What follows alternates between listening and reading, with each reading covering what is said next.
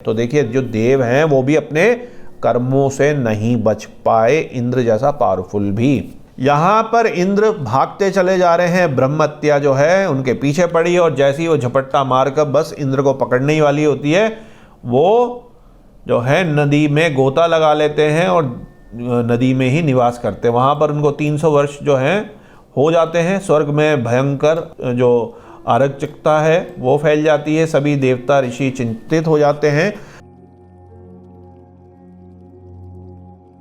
ओम नमः शिवाय। मेरे प्यारे शिव भक्तों, पहला पार्ट हमने रेमेडी का रोक दिया था क्योंकि काफ़ी ज़्यादा लंबा हो गया था। आज उसको वहीं से कंटिन्यू करते हैं, कथा भी हम कंटिन्यू करेंगे और बृहस्पति ग्रह की अलग अलग रेमेडीज़ को, वास्तु को और भी चीज़ों को समझते हैं। तो चलिए वीडियो को प्रैक्टिकली शुरू करते हैं। तो मेरे प्यारे शिव भक्तों, बहुत सारे आपके प्रश्न आते हैं वास्तु के लिए भी। तो वास्तु अगर बृहस्पति के कारण खराब है तो क्या माना जाता है?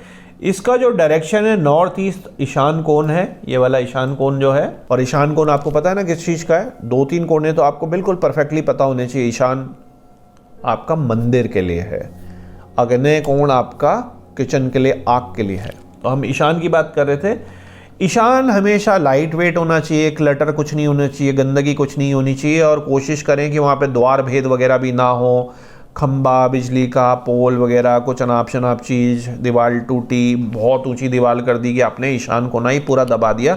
तो इस तरीके से ये माना जाता है कि एकदम लाइट वेट होना चाहिए, क्लटर फ्री होना चाहिए। और पूजा का कमरा आप बना सकते हैं, पानी का फाउंटेन आप बना सकते हैं, इससे पॉजिटिव जो एनर्जी है वो स्थापित होती है। नॉर्थ जो ईस्ट डायरेक्शन आपका है, घर में आप yellow tone, yellow colour, yellow paint office में इस तरीके के कलर्स को यूज़ कर सकते हैं। स्पेशली यदि स्टूडेंट हैं, बृहस्पति की अच्छी दशा, महादशा, अंतर्दशा चल रही है, बृहस्पति से रिलेटेड यदि किसी करियर के लिए तैयारी कर रहे हैं तो बच्चों का कमरा आप येलो कर सकते हैं। कई लोगों को येलो जो है वो बड़ा ही पुराना टाइप का कलर लगता है, ऐसा नहीं है, बड़ी अच्छी उसकी एनर्जी आती है। आप जो येलो कलर के कई तरीके के शेड हैं उनको आप प्रयोग कर सकते हैं।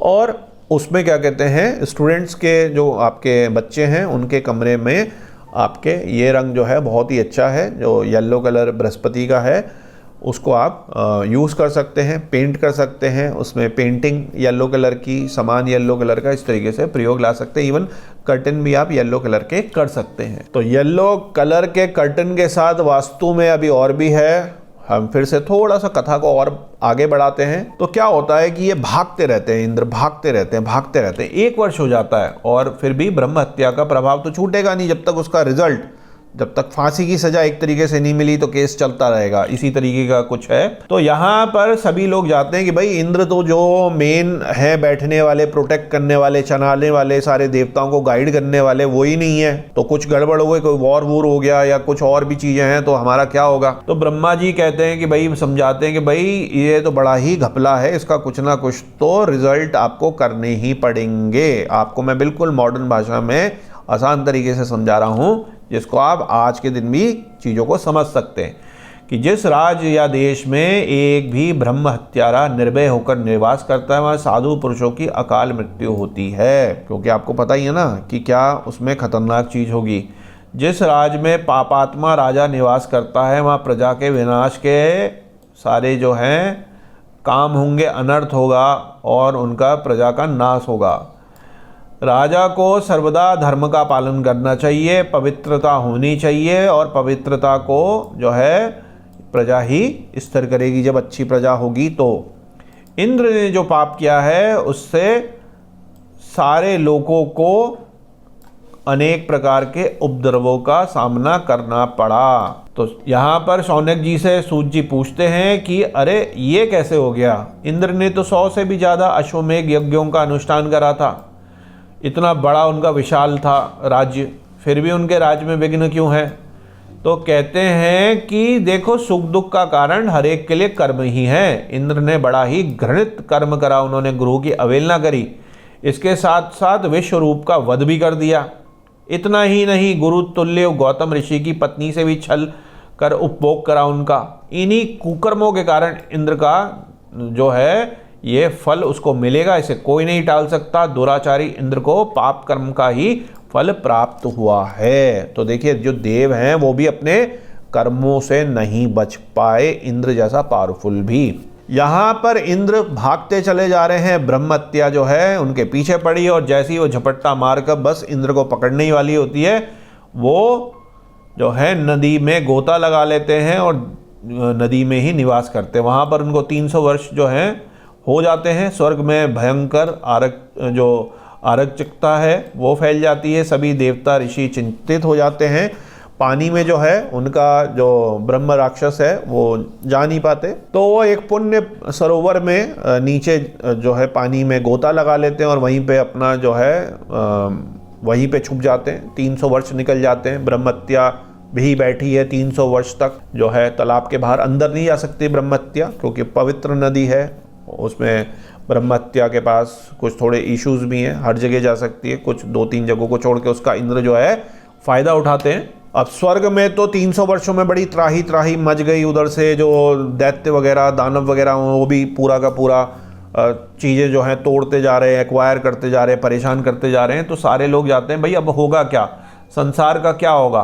तो इसके साथ जो देवगुरु बृहस्पति होते हैं वो कहते हैं अरे बहुत साल हो गए, बड़ा ही ये जो है तबाही हो गई है इंद्र के गलत काम के कारण। तो वो तो देवगुरु बृहस्पति हैं, उनको तो मार्गदर्शन देना ही है। इंद्र ने गलती करी तो बाकियों की थोड़ी गलती है। वो इनके पास सारे जो है देवता लोग जाते हैं कि उनकी तरफ से हम क्षमा मांगते हैं।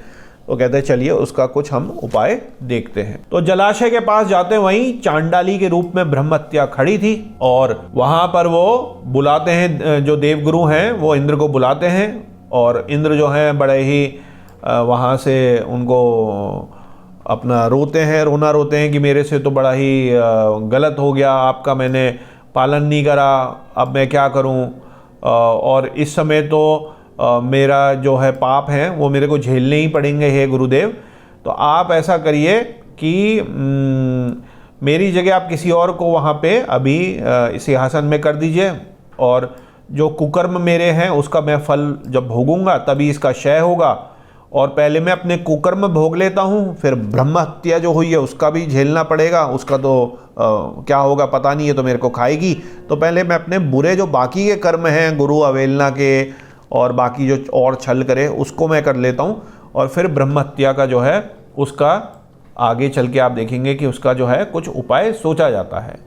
तो कहते हैं ठीक है ये तो होना ही है, क्योंकि जो तुम्हारे पाप हैं, जो अनिच्छा से करे हुए पाप हैं, जो अज्ञानता से करे हुए पाप हैं वो तो अलग होते हैं, लेकिन तुमने जानबूझकर पाप करे हैं तो इसके लिए तो मरने के बाद ही आपका प्रायश्चित होगा। और आपने तो जानबूझकर ब्राह्मण पुरोहित को मारा है, उसका वध करा है, उसका तो भुगतना ही पड़ेगा। इसलिए जब तक तुम्हारी मृत्यु ना हो जाए तुम इसी जल में पड़े रहो। और तुम्हारे 100 अश्वमेध योगों का फल तो उसी समय नष्ट हो गया था जब तुमने ब्रह्महत्या करी थी।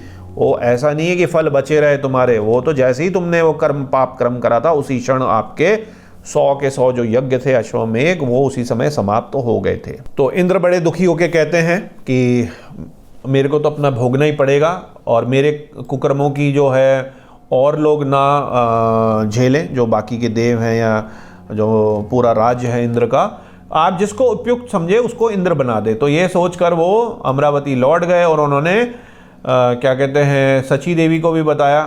तो उन्होंने भी कहा कि हाँ ठीक है ये तो करना ही पड़ेगा।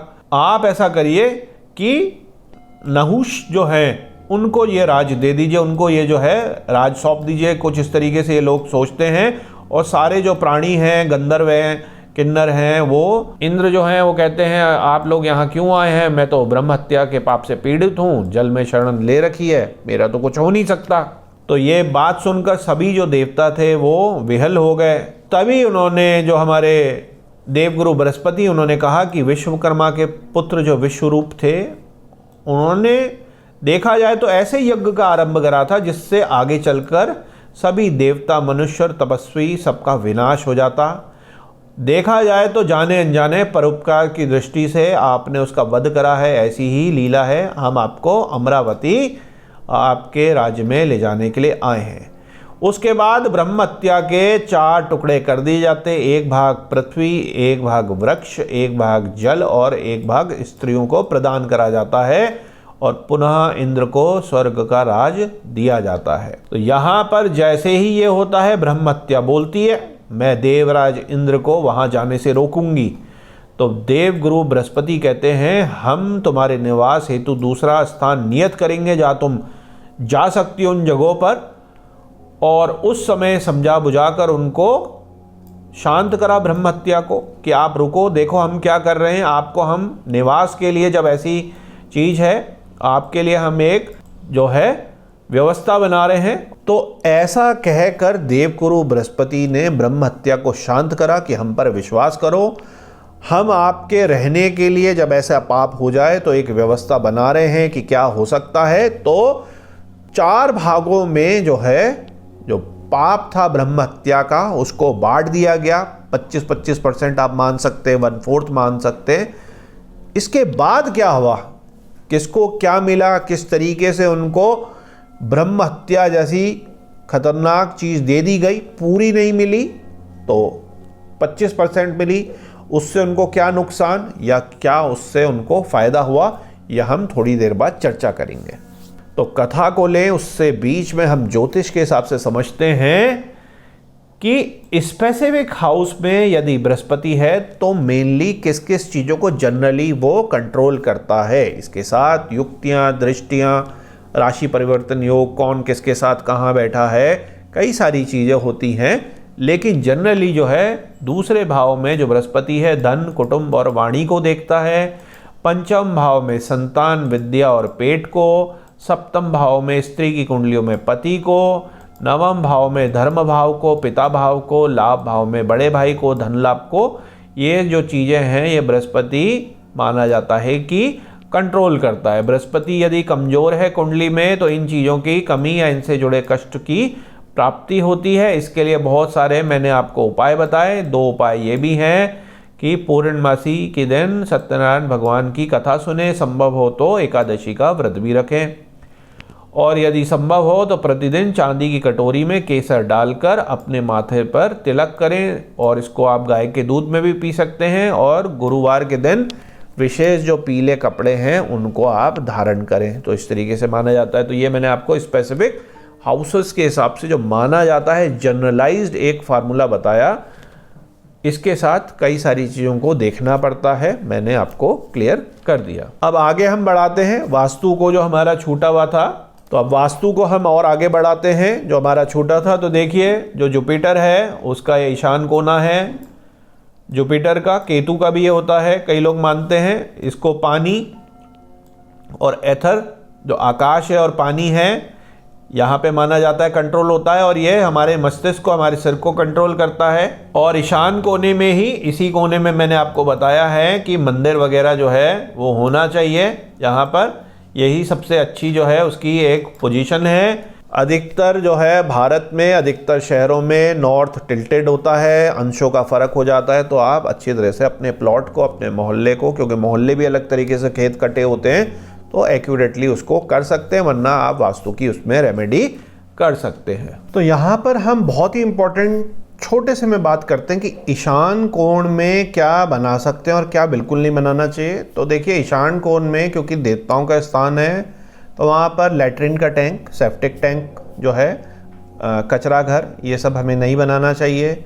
यहाँ पे हमें किचन नहीं बनाना चाहिए क्योंकि जल तत्व वाली जगह उसमें अग्नि तत्व हमें नहीं मिक्स करना चाहिए। तो इस तरीके से यहाँ पर ये 3 चीज़ें तो बिल्कुल भी नहीं होनी चाहिए। जो चीज़ें यहाँ पर हो सकती हैं, सबसे पहले तो है मंदिर आपका हो सकता है, एंट्रेंस आपकी हो सकती है, आपका एक मेन रूम हो सकता है जो सात्विक कमरा हो। रूम के अंदर भी कई लोग पार्टीशन करके मंदिर या एक अलमीरा टाइप के करके मंदिर या उससे अटैच मंदिर करवा लेते हैं। यदि शुद्धता हो तो ऐसा आप कर सकते हैं। इसके नीचे पोर्च, वरांडा खुला हुआ, अंडरग्राउंड वाटर टैंक या ऊपर का फवारा, झरने टाइप का, वो सब चीज़ें हो सकती है। तो ये नॉर्थ ईस्ट में माना जाता है कि यहाँ पर आप ये सारी चीज़ें कर सकते हैं। अब मैंने पहले भी आपको बताया था कि जो ईशान कोना है नॉर्थ ईस्ट का वो खाली रहना चाहिए, नेचुरल लाइट वहाँ से आए तो अच्छा है। टॉल बिल्डिंग, ऑब्स्ट्रक्शन जो हैं, पोल वगैरह, पेड़ वगैरह ज़्यादा बड़े वहाँ पर आप मत रखिए। यदि आपका किसी जगह आपको ऐसा समझ आ रहा है कि जुपिटर को मेन पावर देनी है तो क्रिस्टल और यंत्रों द्वारा, बृहस्पति यंत्र द्वारा, सिट्रिन द्वारा, येलो सफ़ायर द्वारा नॉर्थ ईस्ट में रखकर एम्पलीफाई करने की लोग कोशिश करते हैं, जो इसके विद्वान हैं, क्रिस्टल थेरेपी के, कलर थेरेपी के, ज्योतिष। तो जो अलग अलग मतों के अलग अलग विद्वान हैं, जैसे क्रिस्टल थेरेपी हो गई, कलर थेरेपी हो गई, जेमोलॉजी हो गई, यंत्र हो गए, तो अलग अलग प्रकार से अलग अलग वस्तुएं रखकर रेमेडी लोग करते हैं। और इसमें जो आपको यदि बृहस्पति के कारण कोई इशू है तो उसको वो इंस्टॉल करवाते हैं। इसी तरीके से जो किचन का प्लेसमेंट है, ऑलरेडी मैं बता चुका हूँ कि ये बिल्कुल भी फायर एलिमेंट और किचन जो है ईशान में ना करिए तो ज़्यादा अच्छा है। वाटर सोर्सेज जो हैं, वाटर टैंक, वेल, फाउंटेन, या नॉर्थ ईस्ट में रख सकते हैं। इससे माना जाता है कि ये मटेरियल ग्रोथ और अबंडेंस देता है। प्लांट आप लगा सकते हैं, जैसे तुलसी है, मैरीगोल्ड है। ये ब्रह्मस्थान में ईशान कोण में आप पीले रंग के जो हैं फूलों को लगा सकते हैं। आपको यदि कोई मेन एंट्रेंस रखनी है तो आप नॉर्थ ईस्ट में रख सकते हैं। थर्सडे के दिन आप घी का दिया नॉर्थ ईस्ट में देवगुरु बृहस्पति के ऑनर में जला सकते हैं, रोज़ जला सकते हैं तो बहुत अच्छा है। जुपिटर फ्रेंडली जो मटेरियल हैं, येलो कलर के वुडन जो है, लाइट वुडन वॉलनट कलर के, वो आप यूज़ कर सकते हैं। और इसके लिए वास्तु के अलाइनमेंट के लिए अलग अलग रेमेडीज़, अलग अलग चीज़ें करी जाती हैं। इसके साथ ही और कमरों में, मेन कमरों में जो जुपिटर की डायरेक्शन के कमरे हैं, स्पेशली उनमें गोल्डन, येलो, ब्रास के आर्टिफैक्ट्स या यूटेंसिल्स का, डेकोरेशंस का भी प्रयोग लोग करते हैं। तो इस तरीके से माना यह जाता है कि वो जुपिटर की जो एनर्जी है उसको जो है मजबूती दे रहे हैं। जुपिटर उससे जो है स्ट्रेंथन होता है। इसमें अलग अलग जो है अलग अलग प्रयोग हैं, आप उन रेमेडीज़ को कर सकते हैं। तो यहाँ पर देखिए, गुरु तो गुरु ही होता है। देव गुरु बृहस्पति ने इंद्र को बचाने के लिए ब्रह्म हत्या से एक युक्ति लगाई, उसकी हम चर्चा करते हैं और उससे कैसे इंद्र जो है बच पाए। तो सबसे पहले ब्रह्मदेव और देवताओं ने पृथ्वी को बुलाया। पृथ्वी से कहा कि इंद्र की ब्रह्म हत्या का एक अंश तुम्हें ग्रहण करना है ताकि हमारे कार्य पूरे हो सकें। ये सुनकर पृथ्वी कांप उठी और बोली, मैं तो समस्त जीवों को धारण करने वाली हूँ, जगत का भारत पोषण करती हूँ। अगर इस पाप का अंश ग्रहण करूंगी तो मैं तो अपवित्र हो जाऊंगी। आप ही लोग विचार करें, ये कैसे संभव है, ये तो मैं नहीं ले सकती। पृथ्वी की बात सुनकर बृहस्पति जी बोले, जब यदुकुल में भगवान श्री कृष्ण अवतार लेंगे और उनके चरण स्पर्श से तुम्हारे पर ये जो ब्रह्म हत्या का अंश है वो भी नष्ट हो जाएगा। ये मानकर पृथ्वी ने उनकी आज्ञा स्वीकार कर ली और अपने ऊपर एक अंश को धारण कर लिया। इसी कारण धरती कहीं ऊंची, कहीं नीची, कहीं बीज बोने लायक नहीं होती। लेकिन इसके साथ ही ब्रह्मा जी ने पृथ्वी को ये वरदान दिया कि कहीं भी यदि गड्ढा हो जाएगा तो समय के साथ धरती पर स्वयं ही भर जाएगा। तो यहाँ पर खुश होकर ब्रह्मा जी ने पृथ्वी को ये वरदान दिया कि कहीं भी तुम्हारे अंदर गड्ढा हो जाएगा तो समय के साथ साथ वो खुद ब खुद भर जाएगा। अब इसके बाद वृक्षों को बुलाया गया, उनसे कहा कि तुम्हारे को भी इंद्र का जो है ब्रह्म हत्या का एक अंश लेना है ताकि कार्य की सिद्धि हो सके। वृक्ष भी जो है काफी घबरा गए।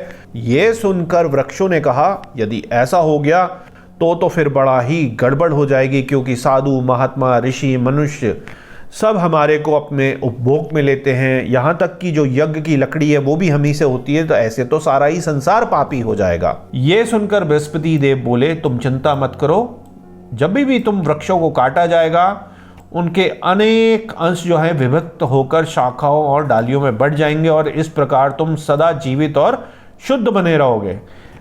ये सुनकर वृक्षों ने ब्रह्म हत्या के अंश को आपस में बांट लिया। ब्रह्म हत्या का ये भाग वृक्षों में गोंद के रूप में बहने लगा। इसी कारण जो गूगल है उसके अलावा सभी प्रकार के गोंद को अशुभ माना जाता है। और वृक्षों को ये अंश लेने का कारण ये भी वरदान दिया गया कि यदि आप ऊपर से सूख जाओगे तो नीचे से जड़ें और शाखाएं नई फूट जाएंगी। इसके बाद स्त्रियों को बुलाया गया। स्त्रियों से कहा गया कि आपको भी ब्रह्म हत्या का एक अंश लेना पड़ेगा। ये सुनकर स्त्रियों ने कहा कि हमारा तो जन्म ही धर्म, अर्थ, कर्म की सिद्धि के लिए हुआ है। यदि हम पाप से युक्त हो गई तो हमारे पिता, नाना, पति, कुल, सारे के सारे जो कुल हैं वो पाप से लिप्त हो जाएंगे, और वेदों के अनुसार भी ऐसा नहीं होना चाहिए। आप खुद ही सोचिए, आप क्या मांग रहे हैं हमसे, क्या ये हमारा कर्तव्य होना चाहिए? स्त्रियों की ये बात सुनकर बृहस्पति जी ने कहा कि तुम्हारे द्वारा स्वीकृत ब्रह्म हत्या का ये अंश पीढ़ियों तक दूसरों के लिए शुभ फल देने वाला होगा। इसके साथ ही तुम्हें संतान प्राप्ति का भी वरदान दिया जाता है। और इसी कारण जो है स्त्रियां जो है प्रत्येक माह रजस्वला होती हैं। पहले दिन चांडालिनी, दूसरे दिन ब्रह्मघंटनी, तीसरे दिन धोबिन के समान मानी जाती हैं। और इसी कारण माना जाता है कि स्त्रियां प्रत्येक माह रजस्वला होती हैं। पहले दिन चांडालिनी, दूसरे दिन ब्रह्मघंटनी, तीसरे दिन धोबिन के समान मानी जाती है, और चौथे दिन शुद्ध होकर वो अपनी समान स्थिति में लौटती हैं। और इसके बाद फाइनली जो चौथा अंश, आखिरी अंश जो देना था वो जल को दिया गया। तो जल को बुलाया गया और उनसे भी यही विनती करी गई। इस पर जल ने बृहस्पति जी से कहा कि हमारे स्पर्श से तो नाना प्रकार के पाप और दुष्कर्म खुद ही दूर हो जाते हैं। स्नान, शौच और हमें पान करने से सभी कुछ पवित्र हो जाता है। यदि हम ब्रह्महत्या से अभिभूत हो गए तो हमारी तो ये सारी शक्ति ही नष्ट हो जाएगी। ये सुनकर बृहस्पति जी बोले, हे जल, तुम इस पाप से बिल्कुल भी भय मत करो। मैं तुम्हें वरदान देता हूं, इस चराचर जगत में निवास करने वाले सभी प्राणियों को पवित्र करने का कार्य तुम ही करोगे। बृहस्पति जी के ये सुनने पर जल ने ब्रह्म हत्या का अंश ग्रहण कर लिया, और ब्रह्म हत्या का जो चौथा भाग था वह जल में समा गया, जिसके कारण ही जल पर फेन और काई उत्पन्न होते हैं।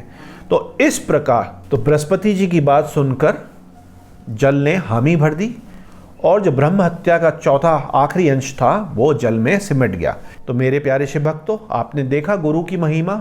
इस प्रकार हमारे देव गुरु बृहस्पति ने इंद्र को बचाया, वो भी ब्रह्म हत्या के पाप से। और जो इंद्र हैं वापस जाकर इंद्रासन में बैठे और अपने राज्य को उन्होंने चलाया।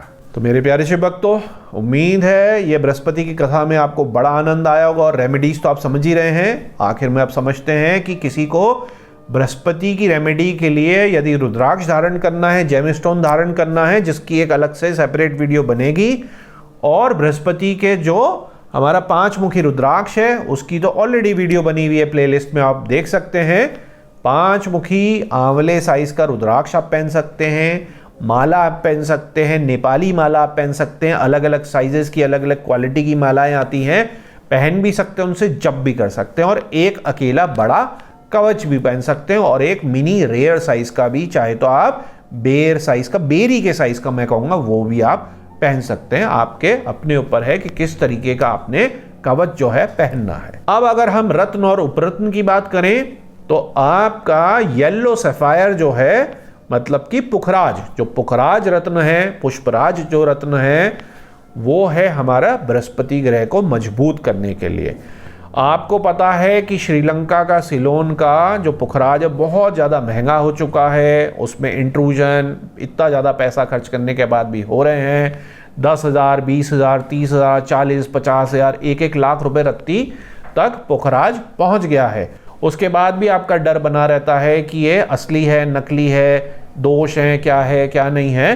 तो आप एक ठीक ठाक सा पुखराज ले सकते हैं।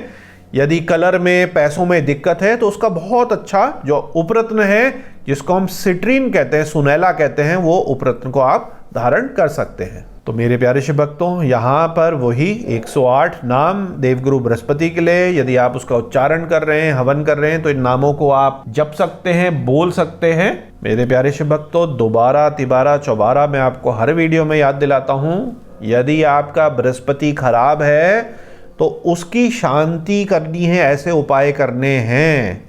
यदि आपका बृहस्पति अच्छा है, मध्यम है, ओकेश रिजल्ट दे रहा है लेकिन अच्छा है, स्वराशि का है, उच्च का है, अपने मित्र घर में बैठा है, केंद्र स्थान में बैठा है, लाभ स्थान 11वें भाव में बैठा है, धनेश होके बैठा है, लग्नाधिपति है, आपकी धनु या मीन राशि है, उसको दिखाकर आप, या 1, 5 और 9वें भाव का स्वामी है, उसमें आप अच्छा पुखराज धारण कर सकते हैं। या उसका उपरत्न जो है वो सुनैला या जो ओरिजिनल येलो टोपाज है उसको भी आप धारण कर सकते हैं। सिट्रीन एक अच्छा ऑप्शन है, तो टोपाज में भी आपको जाने की जरूरत नहीं है। इसी कंडीशन में आपको उसको बूस्ट करना है नग को पहन के। रुद्राक्ष की अगर हम बात करें तो रुद्राक्ष को तो आप जनरली पहन सकते हैं, उसमें नुकसान का इस तरीके का कोई जो है रत्न के हिसाब से कोई चर्चा नहीं होती कि रुद्राक्ष जो है वो किसी का नुकसान करा देगा, तो उसको सभी लोग पहन सकते हैं।